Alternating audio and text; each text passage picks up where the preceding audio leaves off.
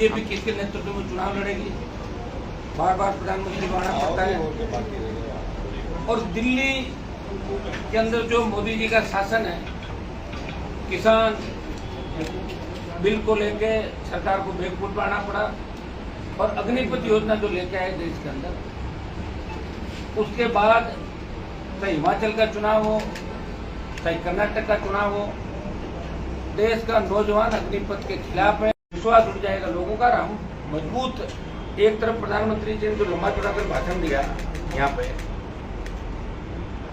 तीसरा पहलवानों के मामले के अंदर जिस तरह के हालात देश के अंदर बने, पहलवान मेडल पाने के लिए गंगा जी के अंदर चले गए, फिर वापस आए, तो और सरकार ने उनसे बात तक नहीं कर, उचित नहीं समझा, और उल्टा ये रिएक्ट किया दिल्ली पुलिस ने कि अगर इंडिया गेट पाएगा आप गिरफ्तार कर लेंगे, और एक एफआईआर दर्ज करके उनको तंग परेशान किया।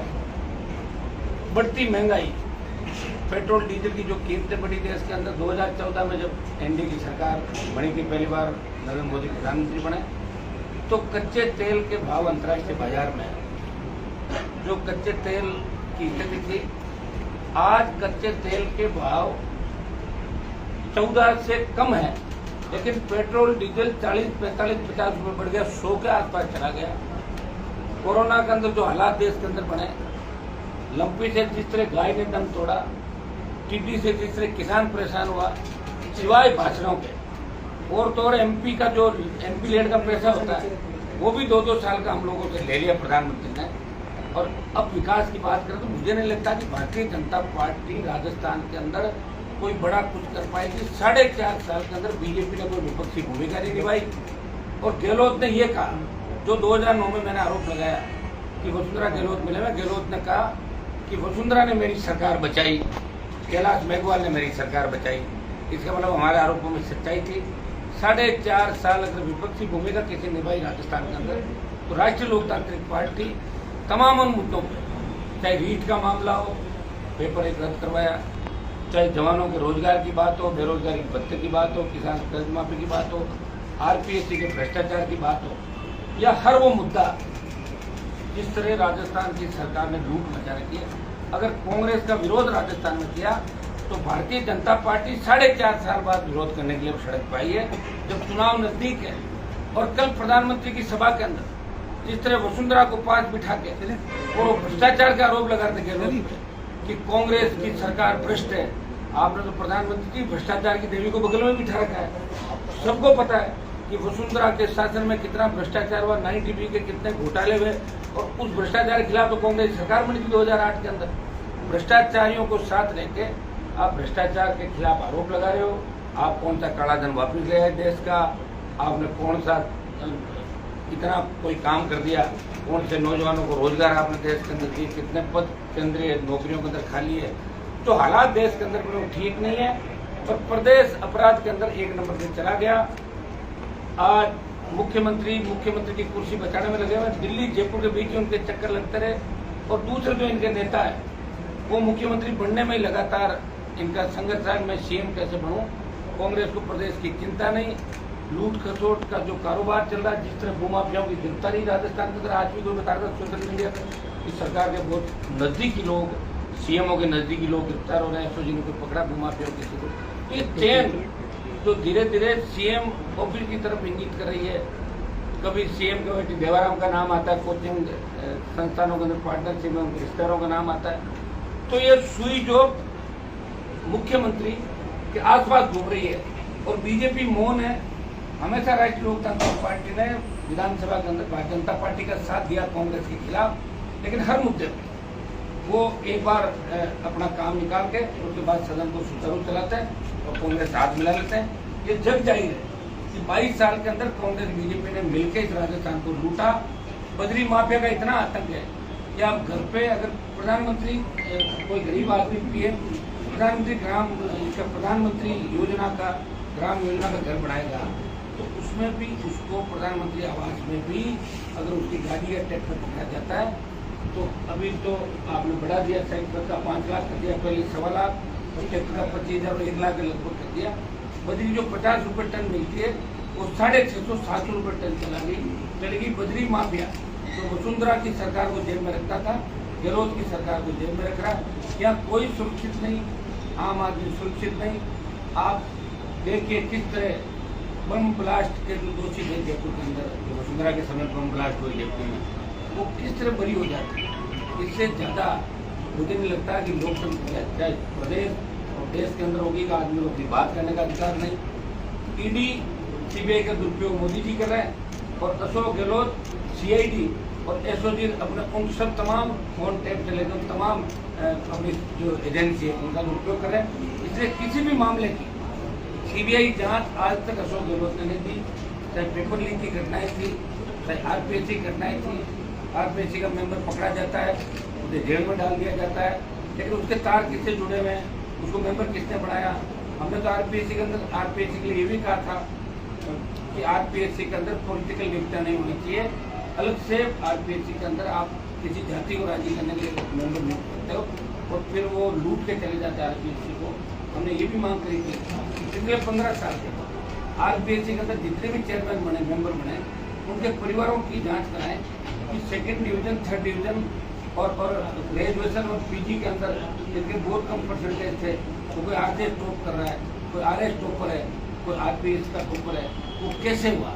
तो ये सब जांच के विषय हैं और जांच कौन करेगा? सरकार करेगी। सरकार किसकी है? गहलोत की। पहले किसकी थी? वसुंधरा की। तो 22 साल से हमने तो वसुंधरा गहलोत की सरकारें देखी राजस्थान के अंदर। इसलिए राजस्थान के जवानों ने मन बनाया किसान में, बिल्कुल राजस्थान में खड़ा नहीं हुआ। 2018 का अगर आंकड़ा उठाकर आप देखो तो 3 करोड़ 60 लाख के लगभग वोट पड़े, उसमें 139 राजस्थान में बढ़ा है। वो 80 लाख इस बार जाएगा 1.5 से 2 करोड़ की तरफ। अगर हम सब मिलके कांग्रेस मुक्त, भाजपा मुक्त राजस्थान की बात करें तो निश्चित रूप से राजस्थान में बड़ा बदलाव होगा। राजस्थान का नौजवान बदलाव चाहता है। राजस्थान का नौजवान इस कांग्रेस और भारतीय जनता पार्टी से पूछ चुका है। वो ऐसा बदलाव चाहता है कि डिग्री से पहले रोजगार की गारंटी हो, हमारी बहन बेटियां सुरक्षित हो, रात को 12 बजे में सड़क पर निकले। आज ढाणियों के अंदर रहने वाले लोगों के हालात देखो आप। ढाणी में आते हैं बदमाश, लूट करके चले जाते हैं, हत्या करके चले जाते हैं। कितने ब्लाइंड मर्डर राजस्थान के अंदर हो गए वसुंधरा और गहलोत के समय के अंदर, जो मर्डर खुले ही नहीं। एक बार कोई अपराधी कोई हत्या जैसा अपराध करता है और वो पकड़ा नहीं जाता तो वो फिर उदार पड़ जाता है। कितनी गैंगवार की घटनाएं राजस्थान के अंदर हुई। हमारे एनकाउंटर के अंदर भी कई नेता जेल में गए राजस्थान। देखो राजस्थान, आज हम दिल्ली के अंदर बैठते हैं तो सेंट्रल हॉल में यूपी बिहार के एमपी मुझे कहते हैं कि हनुमान जी आपको डिग्री कितने रुपये मिल जाती है, हमारे बच्चे पास ले लो उधर से कराने राजस्थान में। ये इमेज राजस्थान की देश के अंदर हो गई। तो इस इमेज को ठीक कौन करेगा? राजस्थान के माध्यम से जो अपराध और भ्रष्टाचार का जो कलंक लगा है, इस कलंक को कौन धोएगा? इस कलंक को धोने के लिए हम लोग मजबूती से आगामी दिनों में इस जून महीने के अंदर 4 बड़ी रैलियाँ राजस्थान के अंदर हम अलग अलग जगहों पर, जिसमें हमारी रैलियाँ होगी, जिसमें हमारे आरडीपी के गठन के जो मुद्दे थे, हम चाहते हैं। कल मुख्यमंत्री का ट्वीट देखा, उस वक्त बड़ी घोषणा करेंगे 10-45। हमें क्या पता ये बड़ी घोषणा मुझे पहले ही कर रही थी। हम तो बजरी की रेट कम करेंगे, इससे ड्राइवर टोल फ्री करेंगे या कुछ ऐसा करेंगे, पेट्रोल डीजल की कीमतें कम करेंगे, अपना जो टैक्स है वो हटाएंगे। हरियाणा, पंजाब और दिल्ली के अंदर जिससे डीजल पेट्रोल सस्ता है। हाँ ये सही है कि केंद्र सरकार भी जम के जनता को लूट रही है। फिर राज्य सरकार को रात देनी चाहिए। रात कैंप की बात कर रहे हैं कि चुनाव के समय इनको रात कैंप भी याद आए। इसलिए तमाम मुद्दों को लेकर 4 बड़े प्रदर्शन हमारे होंगे। बजरी की दरें कम करें और बजरी माफिया के खिलाफ सख्त कार्रवाई करें। ऐसे ढूंढे पंजाब, हरियाणा, उत्तर प्रदेश और बिहार से आगे तो बजरी के उस पर कैसे ग्रामीण को पीटते। 2-3 दिन पहले का एक वीडियो था बीकानेर का, भीलवाड़ा का, जिसमें पूरे गांव को पीटते हुए दिखाई दे रहा है हवा के अंदर भाई। तो आम आदमी सुरक्षित नहीं है। इसको लेकर आरएलपी पार्टी इस जून के अंदर 4 बड़ी रैलियां, जिसके अंदर 9 तारीख को हम डूंगरगढ़ के अंदर एक बड़ी रैली करें बीकानेर जिले में, जिसमें किसान कर्ज माफी से लेकर कांग्रेस को उनके वादे याद दिलाएंगे, स्टेट हाईवे टोल फ्री करें, जितने भी हमारे इश्यू है जिसको आरएलपी का गठन हुआ, जिसको लोकल मुद्दे भी इसके अंदर रहेंगे। डूंगरगढ़ 9 तारीख, 12 तारीख को रिया नागौर के अंदर, जहाँ बजरी का बहुत बड़ा बेल्ट है और आए दिन वहाँ बजरी माफिया लोगों को परेशान करा। 12 तारीख को रिया के अंदर बड़ा प्रदर्शन होगा हमारा आरएलपी का। 14 तारीख को कोलाइट के अंदर हम बड़ा प्रदर्शन करेंगे, बड़ी रैली करेंगे कोलाइट के अंदर। 17 तारीख को टोंक के अंदर बड़ी रैली है। 20 तारीख को भीलवाड़ा के अंदर बजरी और स्थानीय लोगों को रोजगार वहाँ मिले। जितनी भी कंपनियाँ वहाँ आई है, चाहे सीमेंट की हो चाहे दूसरी हो, तो लोगों को किस तरह तंग परेशान करें, स्थानीय लोगों को रोजगार का मुद्दा भी हमारा अहम रहेगा। और 24 तारीख को डोरी मन्ना बाड़मेर के अंदर बड़ा करेंगे। बजरी का जो बालोतरा के अंदर किया था 20-30 लोगों का, वहाँ बजरी की प्रमुख समस्या है, उसको लेकर हमारा बड़ा प्रदर्शन। बजरी की तरह सरकार कम करे और प्रत्येक व्यक्ति को जैसे खेत में बजरी निकलती है उसको पट्टा दे सरकार। अगर ये रोजगार देना चाहती है, राहत देना चाहती है, अपना रोजगार लोगों को मिलेगा। और 22 तारीख जो हमारी है वो नौर, हनुमानगढ़ जिले के अंदर नौर के अंदर बड़ी सभा रैली हम नौर के अंदर करेंगे। 4 प्रदर्शन बजरी, स्थानीय लोगों को रोजगार। और टोंक के अंदर 16 में जो गोलीकांड हुआ था, जिसमें बिशनपुर का जो और फ्लो है उसको टोटी सागर में डालने का मुद्दा है, वो भी बजरी के साथ हम टोंक के अंदर रखेंगे। और 4 रैलियां और 4 बड़े प्रदर्शन। 8 जो आंदोलन और रैलियां हमारी आगामी 27 जून से पहले राष्ट्रीय लोक तांत्रिक पार्टी करने जा रही राजस्थान के अंदर। लगातार आप देख रहे हो हर मुद्दे पर हमारे नौजवान लड़ाई लड़ रहे हैं, प्रयास करें, कोशिश करें। हाँ, ये सही है कि राजस्थान में कभी तीसरी ताकत खड़ी नहीं, लेकिन हम विश्वास दिलाते हैं राजस्थान की जनता को, देश के लोगों को। इस बार राष्ट्रीय लोकतांत्रिक पार्टी तमाम उन दलों से जो कांग्रेस भारतीय जनता पार्टी के खिलाफ पीड़ित शोषित की बात करते हैं, जवान किसान की बात को उनको साथ लेके इस बार नए राजस्थान का निर्माण हम लोग करेंगे। कितनी संभावना है आरएलपी और आपकी मुलाकात की? देखिए, अभी तो हम कुछ और भी इंतजार कर रहे हैं। कुछ लोग क्या पता और निकल के कुछ लोग आए जिनसे उम्मीद है। बाकी लड़ाई हम तो लड़ेंगे और इसमें कोई दो राय नहीं कि राजस्थान में अगर तीसरा विकल्प भी कोई खड़ा तो राष्ट्रीय लोकतांत्रिक पार्टी है, जिसको अशोक गहलोत और बीजेपी ने खूब तोड़ने का प्रयास किया। जब सरकार गिर रही थी, बीटीपी टूट गई थी, कॉमरेड चले गए थे, लोकदल चला गया था, बसपा पूरी चली गई थी कांग्रेस के अंदर। राष्ट्रीय लोकतांत्रिक पार्टी का गठन हुआ। तीनों विधायक हमारे कभी बड़ा बंजो में नहीं गए और तीनों हमेशा राजस्थान की जनता के लिए, पीड़ित शोषित के लिए लड़ाई लड़ते रहे। और तीसरा विकल्प भी हमें अभी तीसरी संख्या भी हमारी है, तो निश्चित रूप से हम सब लोगों से मिलते हैं। और इस बार बड़ा सचिन पायलट आपके साथ जुड़ेंगे, हो सकता है तीसरे मोर्चे बनाने अरमान टूट गए सर आप लोगों के? मेरे तो कहीं अरमान टूट गए, मैं तो लड़ी रहा हूँ। पिछली बार सचिन पायलट कौन से थे मेरे साथ, 57 लड़े थे। कोई फर्क नहीं पड़ता, कोई आए जाए, जो लड़ाई लड़ता है ना वो ये नहीं देखता कि लड़ाई के अंदर जीत होगी हार, हमें लड़ाई लड़नी है। हमें राजस्थान के अंदर बदलाव करना और देश के अंदर जो लोग कह रहे हैं बार बार अन्य राज्यों में कि राजस्थान में कांग्रेस, हमें दिखाना देश को कि यहाँ जवानों की भुजाओं के अंदर इतनी ताकत है। तो इस बार कांग्रेस भारतीय जनता पार्टी को घर बिठा देंगे, मिला जुली के खेल को खत्म करेंगे और नए राजस्थान का निर्माण करेंगे। अपन अकेले कैसे चल पाएंगे अपन, क्योंकि आपने पिछले दिनों सचिन पायलट के लिए कहा कि एक व्यक्ति ने जो लड़ाई लड़ी उसको भी देखो। इस राजस्थान के अंदर 70 साल में कितने बड़े बड़े नेता होंगे, कितने बड़े घराने हैं, पार्टियां मंडल के मैंने मना किया क्यों? 52, 65, 77, 80, 10 का दौर था। कोई लड़के फायदा थोड़े हुआ, इनको भी तो फायदा हुआ। 25-30 लाख वोटों में 2.5-3 लाख वोट मुझे मिल गए होंगे। अभी सारे उपचुनाव लड़ा के आरएलपी ने साबित कर दिया राजस्थान में कि राष्ट्रीय लोकतांत्रिक पार्टी सिर्फ मारवाड़ में ही नहीं, बल्लभनगर में सेकेंडरी थी जब बीजेपी की जमानत जब्त होती है, दयावत में 160 आ जाएगी, 70 आ जाएगी। हम भी तो देख रहे हैं कहाँ से आ जाएगी। वोट तो जवान देगा, किसान देगा, हर पीड़ित सोच इस बात चाहता है कि हमें बदलाव करना। हम ऊब गए भाई, गहलोत वसुंधरा, गहलोत वसुंधरा। हरीश चौधरी ने कहा कि राष्ट्रीय लोकतांत्रिक पार्टी जो है वो अशोक गहलोत द्वारा प्रायोजित है। पहले वो उनको बोलो वो किसी द्वारा प्रायोजित है भाई, वो तो थैला ही गहलोत को अपना पॉलिटिकल पापा कहते हैं, सबको पता है। 1992, 93, 94, 95 में देखा एक बार इंटरव्यू जोधपुर जब मैं कॉलेज में था, सुबह बटे जिले खड़ा, मैं कौन आ रहा है, बोले गहलोत साहब आ रहे हैं। तो कितने सालों के लोगों को नारे लगाते हैं। और अब कोई एकदम से कहते मेरे बयान ये दे के फिर कहते मैं जबान पिछल गई। मैं लोगों को ऐसे भी देखता हूँ जो बोलते हैं और उसके बाद पीछे हट जाते हैं, माफी मांग लेते हैं। ऐसे लोग भी देखे विधानसभा और लोकसभा में बड़े नेताओं को देखा तो अपने बयान से बदल भी जाते हैं, सॉरी फील करते हैं। हनुमान बेनीवाल जो कहता है वो करता है। मैंने कहा गहलोत के बेटों को हराऊंगा, हरा दिया। अगर किसान जवान को जरूरत पड़ी सड़क पाऊंगा, छोड़ दी बीजेपी, छोड़ दी मंत्री पद। और मैंने कहा गठबंधन नहीं करूंगा बीजेपी कांग्रेस के साथ, और नहीं करूंगा। और अब आप कह दो कि भाई किसी के साथ बिल्कुल प्रयास कर रहा हूँ और किसी के साथ नहीं होगा, तो नहीं होगा, आरएलपी तो लड़ेगी। जब किसी के साथ नहीं होगा तो 200 में लड़ेंगे।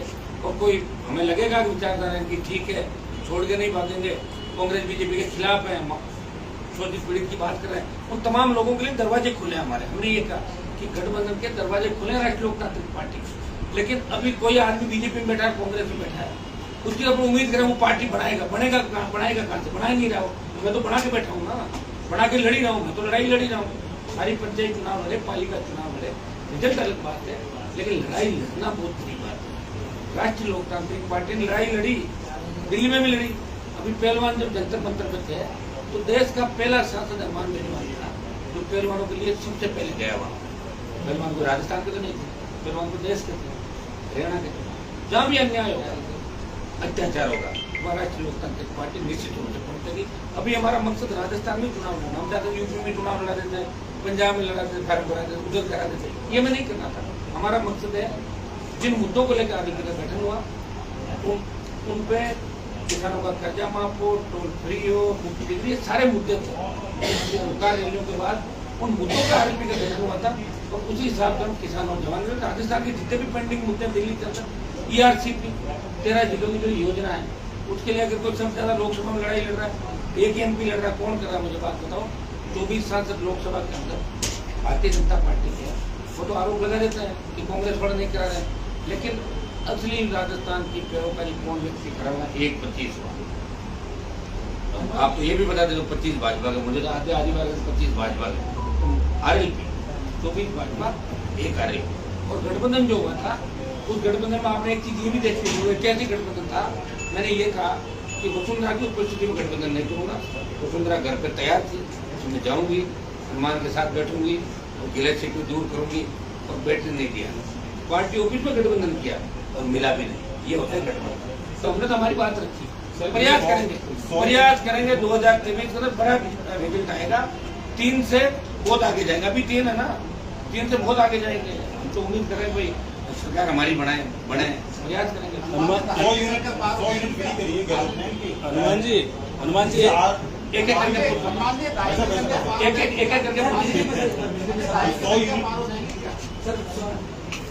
पक्की एक करके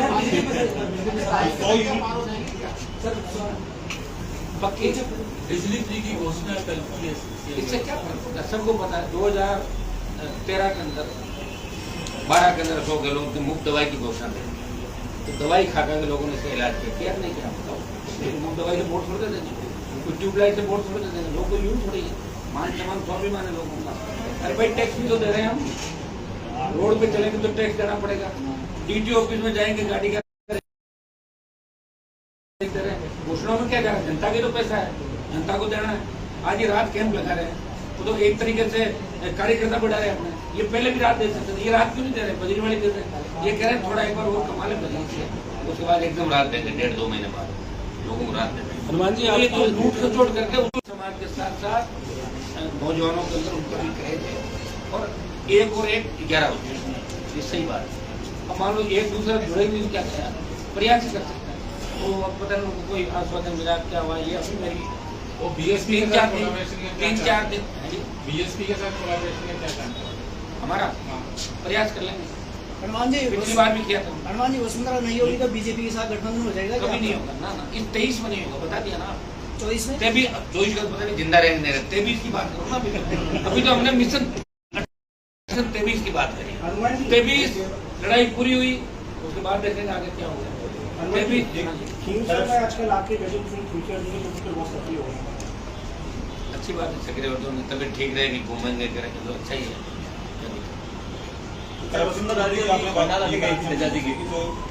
के साथ छीन गए, ये बात तो मीडिया को जानकारी होनी चाहिए ना, एकदम से क्या हो गया, उनका हरकत परिवर्तित कैसे हुआ?